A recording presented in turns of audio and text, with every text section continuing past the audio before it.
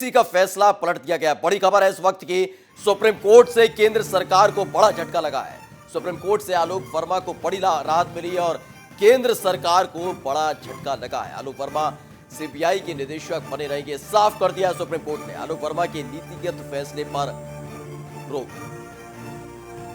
फिलहाल supreme court ने यह भी साफ किया है कि आलोक वर्मा नीतिगत फैसला नहीं लेंगे। सीवीसी के निर्देश पर सरकार का फैसला निरस्त किया गया है। आलोक वर्मा को छुट्टी पर भेजने का फैसला रद्द कर दिया गया। तो बड़ी खबर सुप्रीम कोर्ट के दरवाजे से बाहर आई है। आलोक वर्मा नीतिगत फैसला नहीं लेंगे, लेकिन इन सबके बीच जो फैसला लिया था सरकार ने, छुट्टी पर भेज दिया था आलोक वर्मा को, उसको लेकर एक बड़ा फैसला लिया गया है। आपको बता दें कि सुप्रीम कोर्ट ने साफ करा है कि आलोक वर्मा जो छुट्टी पर भेजने का फरमान सुनाया गया था उसे रद्द किया जाता है। वो पता लगे कि वो नीतिगत फैसला नहीं लेंगे, लेकिन सुप्रीम कोर्ट से केंद्र सरकार को एक बड़ा और करारा झटका लगा है। सुप्रीम कोर्ट ने सीवीसी का फैसला पलट दिया।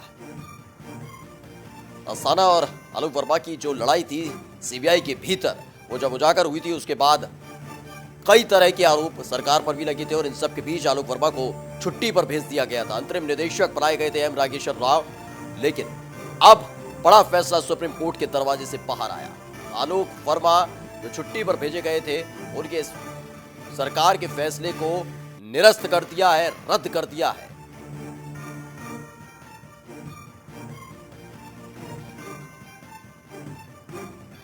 तो सुप्रीम कोर्ट से केंद्र सरकार को बड़ा झटका लगा है। सीबीआई वर्सेस सीबीआई की लड़ाई में केंद्र सरकार की उपस्थिति और जिस तरह से आलोक वर्मा को छुट्टी पर भेज दिया गया था, उसको लेकर कई बड़े सवाल भी खड़े हुए थे। लेकिन इन सब के बीच अब सुप्रीम कोर्ट के दरवाजे से आदेश आया है कि आलोक वर्मा को छुट्टी पर भेजने के फरमान को निरस्त किया जाता है, यानी रद्द कर दिया गया वो फैसला जो केंद्र सरकार की तरफ से लिया गया था। सीवीसी का फैसला पलटा है। तो सुप्रीम कोर्ट ने साफ कर दिया है, फिलहाल आलोक वर्मा को जो छुट्टी पर भेजा गया था वो फैसला रद्द कर दिया गया है। लेकिन सुप्रीम कोर्ट ने यह भी साफ किया है कि अभी फिलहाल नीतिगत फैसला नहीं लेंगे आलोक वर्मा। तो सुप्रीम कोर्ट से केंद्र सरकार को बड़ा झटका लगा है।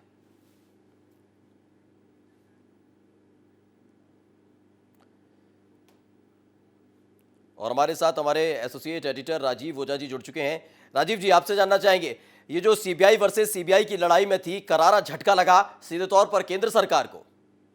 जी बिल्कुल, ये निसंदेह केंद्र सरकार के लिए बड़ा झटका है, क्योंकि सुप्रीम कोर्ट ने, देखिए, दो प्रमुख बिंदु हैं। एक तो ये कि सुप्रीम कोर्ट ने उनको बहाल करके ये बता दिया है कि केंद्र सरकार ने जो प्रक्रिया अपनाई थी इनको छुट्टी पर भेजने की, वो गलत थी। जी, वो इनकी चयन समिति का अधिकार होता है कि वो इनके बारे में, सीबीआई के निदेशक के बारे में कोई निर्णय ले, और वो नहीं अपनाई गई, एक बात। दूसरी बात ये कि अभी उनको उनके अधिकार, मतलब कि वो कोई नई जांच नहीं शुरू कर सकते, नया केस नहीं दर्ज कर सकते। तो वो एक हफ्ते का समय है कि ये निर्णय चयन समिति करेगी, और आलोक वर्मा के पास 31 तक का टाइम है, उसके बाद वो रिटायर हो जाएंगे। लेकिन एक हफ्ते में अगर चयन समिति में नेता प्रतिपक्ष, सीवीसी और प्रधानमंत्री, हेलो जी जी तो, जी जी हाँ जी, आवाज आ रही है? जी जी राजीव। तो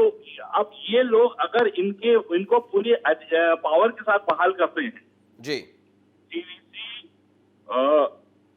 नेता प्रतिपक्ष जी और सरकार, तो ये माना जाएगा कि उनको वो जो बचे 15 दिन है उसमें कोई बड़ा निर्णय ले या ना ले, ये तो बात की बात है।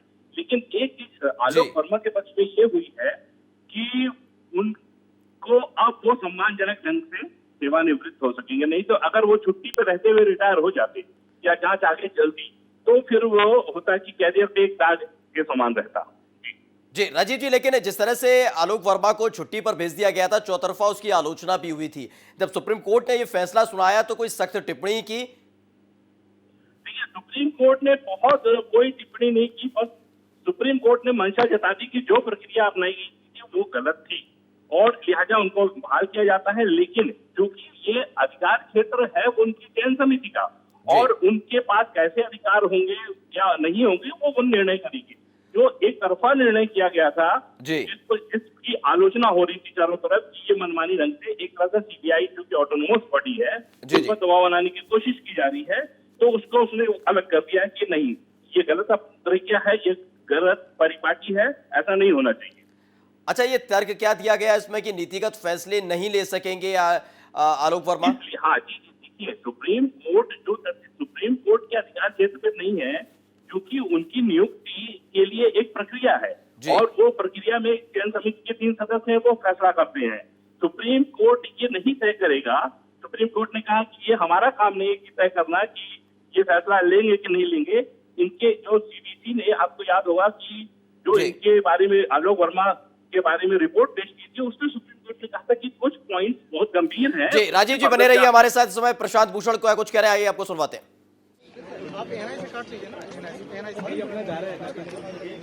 The Supreme Court has today quashed the government's decision and the CVC's decision to divest Shri Alok Verma of the powers of CBI director, and they have restored him as CBI director.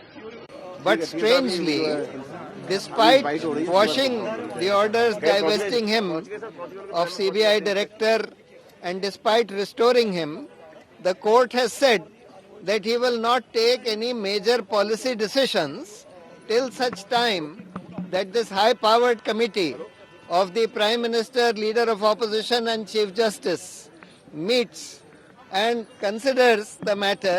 They have directed the government to bring this matter before this high-powered committee within a week, and till that time they say the restored director Shri Alok Verma will not take any major policy decisions. So it's a case of partial victory for Shri Alok Verma in the sense that he has been restored. The order removing him has been quashed. The order appointing Nageshwar Rao as the acting director has also been quashed. But unfortunately and strangely, he has been restrained, from taking major policy decisions. So his full powers have not been restored.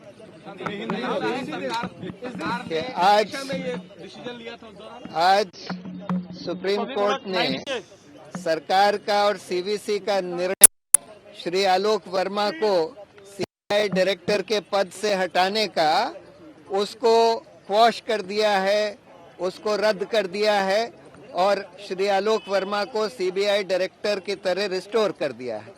लेकिन साथ में court ने यह भी बोल दिया है कि सरकार इस मामले को हाई पावर्ड कमेटी, जिसमें कि प्रधानमंत्री, लीडर ऑफ ऑपोजिशन और चीफ जस्टिस होते हैं, उसके सामने 1 हफ्ते में लाए और जब तक वो हाई पावर्ड कमेटी इस पर निर्णय ना ले तब तक श्री आलोक वर्मा कोई मेजर पॉलिसी का फैसला नहीं लेंगे।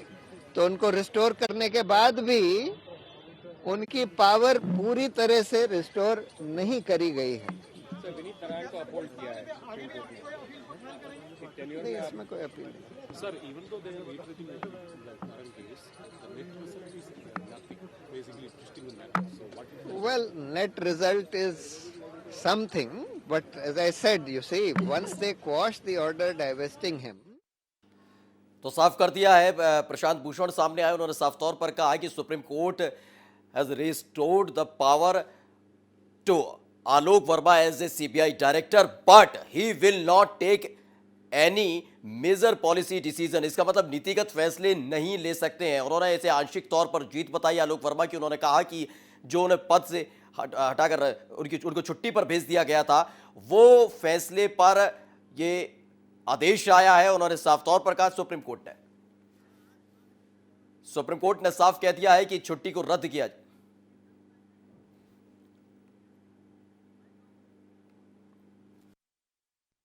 आज के फैसले को हम ये मानते हैं कि एक संस्था की जीत हुई है। हम ये मानते हैं कि इस देश में न्याय की प्रक्रिया सही चल रही है और अगर कोई न्याय के प्रक्रिया के खिलाफ जाता है या उसे सबवर्ट करने की कोशिश करता है तो ये सुप्रीम कोर्ट हमेशा मौजूद है। और हमारे साथ लगातार हमारे एसोसिएट एडिटर राजीव ओझा जी जुड़े हुए हैं। राजीव जी, जो स्पष्ट तौर पर उन्होंने कहा है कि Supreme Court has restored the power to Alok Verma as a CBI director but he will not take any major policy decision, यानी नीतिगत फैसले नहीं ले सकते, आंशिक तौर पर जीत है। ये नीतिगत फैसले का मतलब क्या है? मेजर पॉलिसी डिसीजन क्या क्या हो सकते हैं?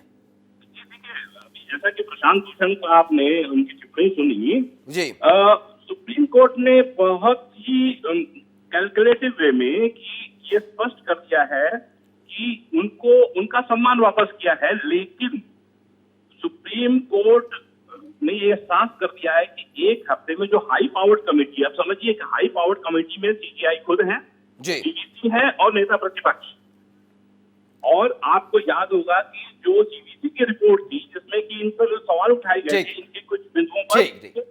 ठीक है, बहुत बहुत धन्यवाद हमसे जुड़ने के लिए राजीव ओझा जी।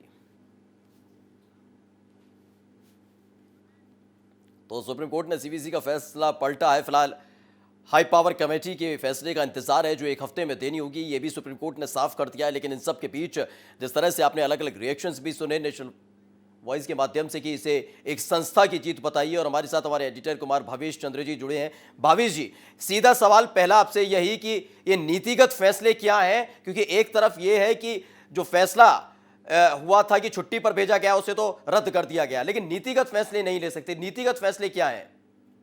कोई भी बड़ा डिसीजन नीतिगत फैसले का मतलब ये होता है प्रज्वल की आलोक वर्मा की वापसी हो गई है सुप्रीम कोर्ट वहां पे अपने सीबीआई हेडक्वार्टर पे चीफ के तौर पे, लेकिन अभी बड़े फैसले कहने का मतलब एक कंडीशन लगाया एक हफ्ते के बीच में जो है उस पर फिर से जो है सुप्रीम कोर्ट या किस तरीके से वो बात आएगी अभी पूरी तरह से क्लियर नहीं है, लेकिन ये शॉर्ट ऑफ मतलब थोड़े समय के लिए है ये लंबे समय के लिए नहीं है कि वो नीतिगत फैसले नहीं ले पाएंगे। कुछ एक अवधि दी गई है, उस अवधि के बाद वो फैसले भी कर पाएंगे, लेकिन ये अभी पहली नजर में ये लगता है कि सरकार को एक तरीके से बैकफुट सरकार के लिए ये एक सुप्रीम कोर्ट की फटकार कह सकते हैं, जिसमें ये कहा गया है कि इस तरह का जो फैसला लिया गया उनको बिना जो जैसे सीबीआई के चीफ के अपॉइंटमेंट के लिए जिस तरह की एक कमेटी होती है वो उस कमेटी के सलाह लिए बगैर इस तरह का फैसला लेना कि आलोक वर्मा और अस्थाना दोनों को काम से हटा दिया और उनकी जगह पर एक जूनियर ऑफिसर को लगा दिया गया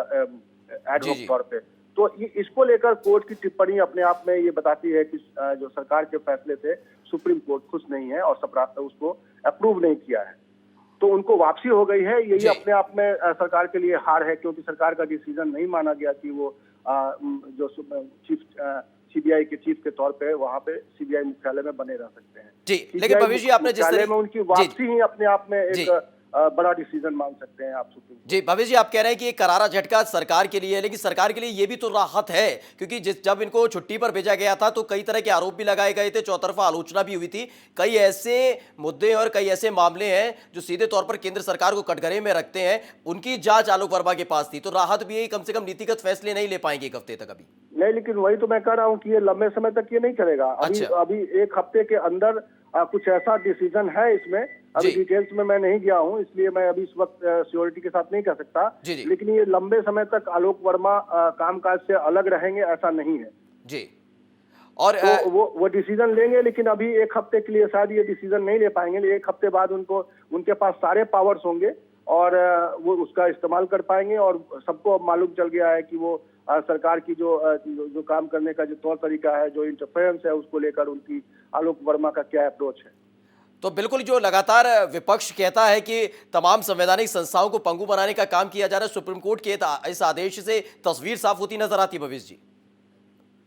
हाँ बिल्कुल, अभी इस पूरे मामले में जो है आप समझ लीजिए कि ये पहला डिसीजन है और पहले डिसीजन का इम्प्लीमेंटेशन है। उसके बाद इसमें जो है एक कमेटी बननी है, कमेटी उसकी जो आलोक वर्मा का काम जो है कैसे पिछले स्तर पे और पुरानी स्थिति में पहुंच जाए वो, और क्या कैसे वो अपना चीफ के तौर पे काम लेंगे, इसको लेकर वो भी डिसीजन हो जाएगा। उनकी वापसी हो गई है, ये पहला कदम है। इसके बाद उनके सारे पावर्स उनके पास आ जाएंगे, ये दूसरा डिसीजन वो आने में थोड़ा समय लग सकता है। जी, बहुत बहुत धन्यवाद हमसे जुड़ने के लिए कुमार भवेश चंद्र जी। तो फिलहाल बिल्कुल जैसा कि हमारे एडिटर कुमार भवेश जी ने बताया कि एक करारा झटका जरूर है और एक हफ्ते का वक्त है केवल उनके पास, केंद्र सरकार के पास, क्योंकि एक हफ्ते बाद जब हाई पावर कमेटी अपना डिसीजन देगी, अपना रिपोर्ट पेश करेगी, तो एक बड़ा फैसला और आ सकता है। यानी जो नीतिगत फैसले लेने की पावर अभी फिलहाल नहीं है आलोक वर्मा के पास, वो वापस लौटेगी और तमाम महत्वपूर्ण मामलों पर जो सीबीआई जांच कर रही थी एक बार फिर से शुरू होगी आलोक वर्मा की कलम से। Hey there, subscribe to my channel and also press the bell icon to get the latest news updates and their notification.